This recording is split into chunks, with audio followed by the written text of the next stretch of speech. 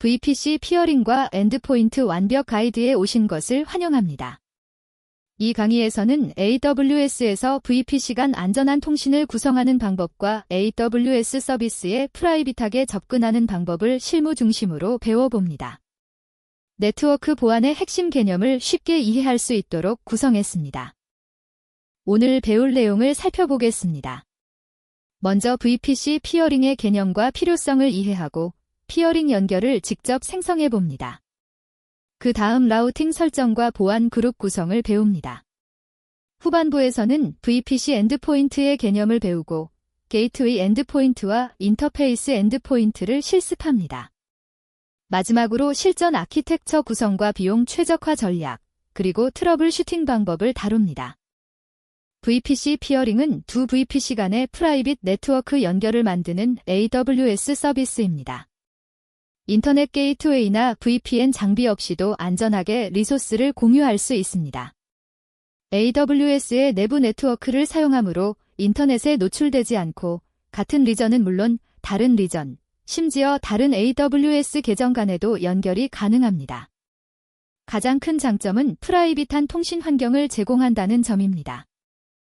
VPC 피어링이 왜 필요할까요? 실무에서는 프로덕션 환경과 개발 환경을 분리하면서도 공통 데이터베이스나 공유 서비스에 접근해야 하는 경우가 많습니다. 또한 글로벌 서비스를 위한 멀티 리전 아키텍처에서 데이터 복제나 백업이 필요할 때도 VPC 피어링을 활용합니다. 마이크로 서비스 아키텍처에서 각 서비스를 독립된 VPC로 분리하되 안전하게 통신할 수 있게 해줍니다. VPC 피어링 연결을 생성하는 방법을 알아봅시다. AWS 콘솔에서 VPC 서비스로 이동한 후 왼쪽 메뉴의 피링 커넥션즈를 선택합니다.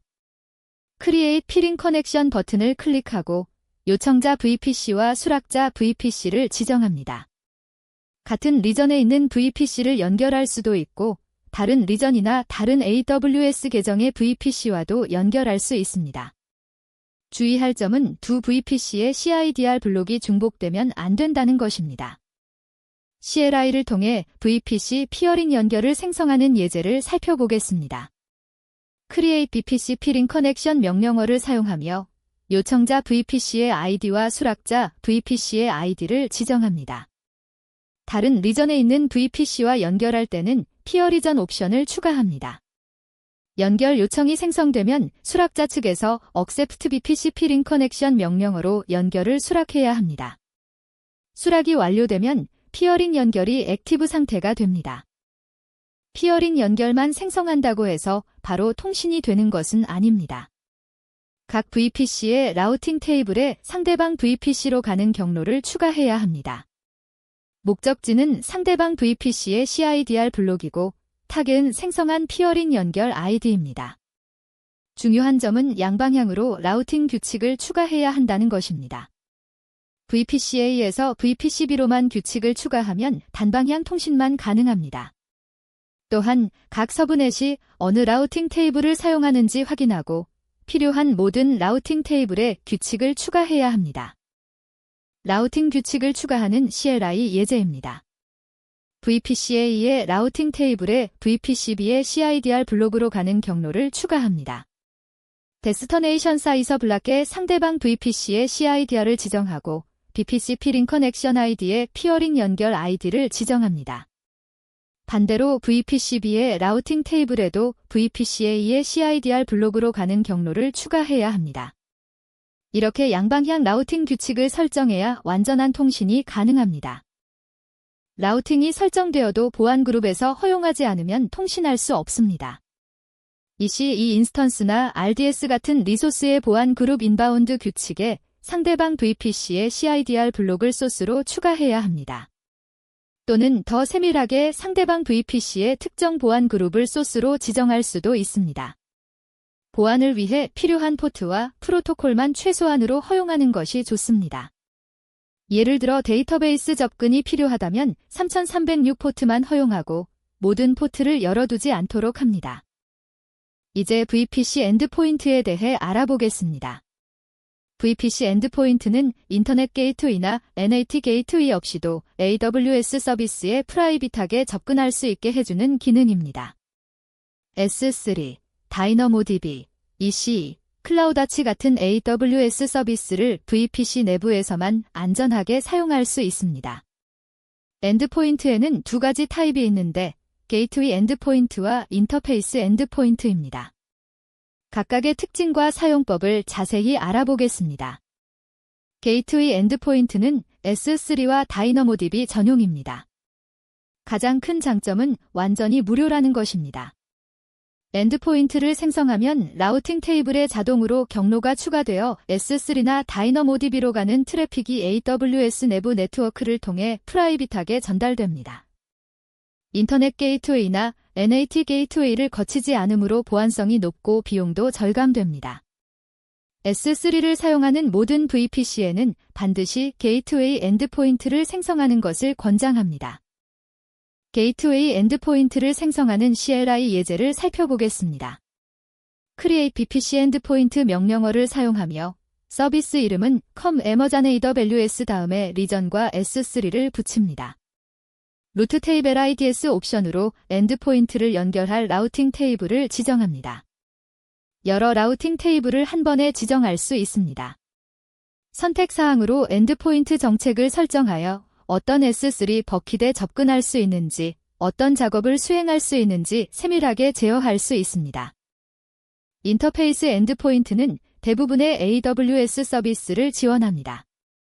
EC2, 클라우드아치, SNS, SQS, 램더 등 수십 가지 서비스에 프라이빗하게 접근할 수 있습니다.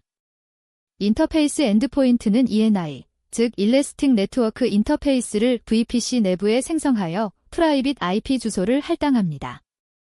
이 IP를 통해 AWS 서비스에 접근하게 됩니다. 게이트웨이 엔드포인트와 달리 시간당 요금이 발생하고 데이터 전송 비용도 부과되므로 꼭 필요한 서비스만 선택적으로 생성하는 것이 좋습니다. 인터페이스 엔드포인트를 생성하는 CLI 예제입니다. VPC 엔드포인트 타입을 인터페이스로 지정하고 서비스 이름은 com/AWS 다음에 리전과 서비스 이름을 붙입니다. 서브넷 IDS로 엔드포인트 ENI가 생성될 서브넷을 지정합니다. 고가용성을 위해 여러 AZ의 서브넷을 지정하는 것이 좋습니다. 시큐리티 그룹 IDS로 보안 그룹을 지정하여 어떤 리소스가 엔드포인트에 접근할 수 있는지 제어합니다. 프라이빗 DNS를 활성화하면 AWS 서비스의 공개 엔드포인트 URL이 자동으로 프라이빗 IP로 해석되어 코드 수정 없이 엔드포인트를 사용할 수 있습니다. 엔드포인트 정책을 통해 세밀한 권한 제어가 가능합니다. IAM 정책과 유사한 JSON 형식을 사용하며 어떤 IAM 주체가 엔드포인트를 통해 어떤 작업을 수행할 수 있는지 지정합니다.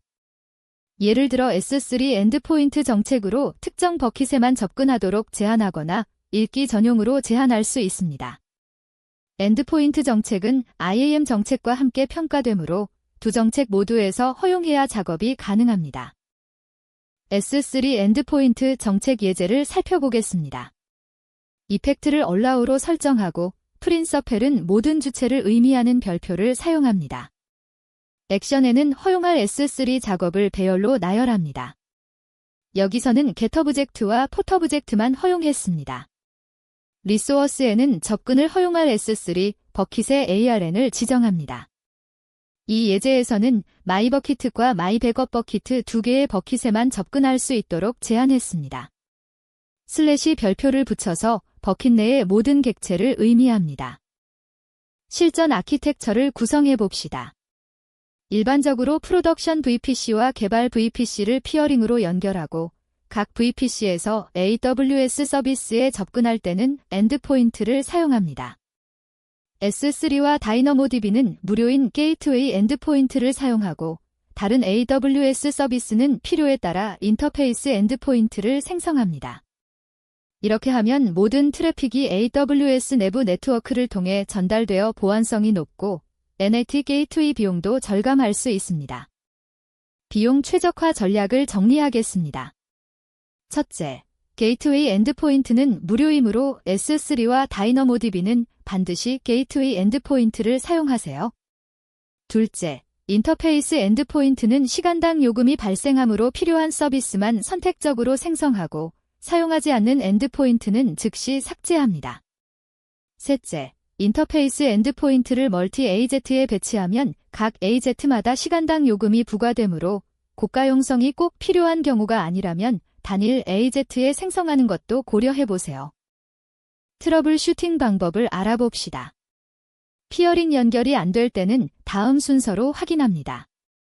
첫째, AWS 콘솔에서 피어링 연결 상태가 액티브인지 확인합니다. 펜딩이면 수락이 필요하고 페일드면 CIDR 중복 등의 문제가 있는 것입니다. 둘째, 각 VPC의 라우팅 테이블에 양방향 규칙이 제대로 설정되어 있는지 확인합니다. 셋째, 보안 그룹 인바운드 규칙에서 상대방 VPC의 CIDR을 허용하는지 점검합니다. 넷째, 두 VPC의 CIDR 블록이 중복되지 않는지 재확인합니다. 엔드포인트 접근이 안 될 때는 이렇게 확인합니다. 첫째, 엔드포인트 상태가 어베일러벨인지 확인합니다. 크리에이팅이나 페일드 상태라면 생성 과정에 문제가 있는 것입니다. 둘째, 인터페이스 엔드포인트의 경우 서브넷과 AZ가 올바르게 설정되어 있는지 확인합니다. 셋째, 보안 그룹에서 HTTPS 트래픽, 즉 443포트를 허용하는지 점검합니다. 넷째, 프라이빗 DNS가 활성화되어 있는지 확인합니다. 비활성화되어 있으면 엔드포인트 URL을 직접 사용해야 합니다. 모니터링과 로깅도 중요합니다. VPC 플로 로그즈를 활성화하여 피어링 연결과 엔드포인트를 통한 모든 트래픽을 클라우드아치 로그즈나 S3에 저장할 수 있습니다. 이를 분석하여 어떤 트래픽이 얼마나 발생하는지, 비정상적인 접근은 없는지 파악할 수 있습니다. 클라우드아치 매트릭으로 데이터 전송량과 연결 상태를 실시간으로 모니터링하고 클라우드트레이를 활성화하여 엔드포인트 생성, 수정, 삭제 같은 관리 작업을 감사할 수 있습니다. VPC 피어링과 엔드포인트 완벽 가이드를 마치겠습니다. 오늘 배운 내용으로 안전하고 효율적인 AWS 네트워크 아키텍처를 구성하시기 바랍니다.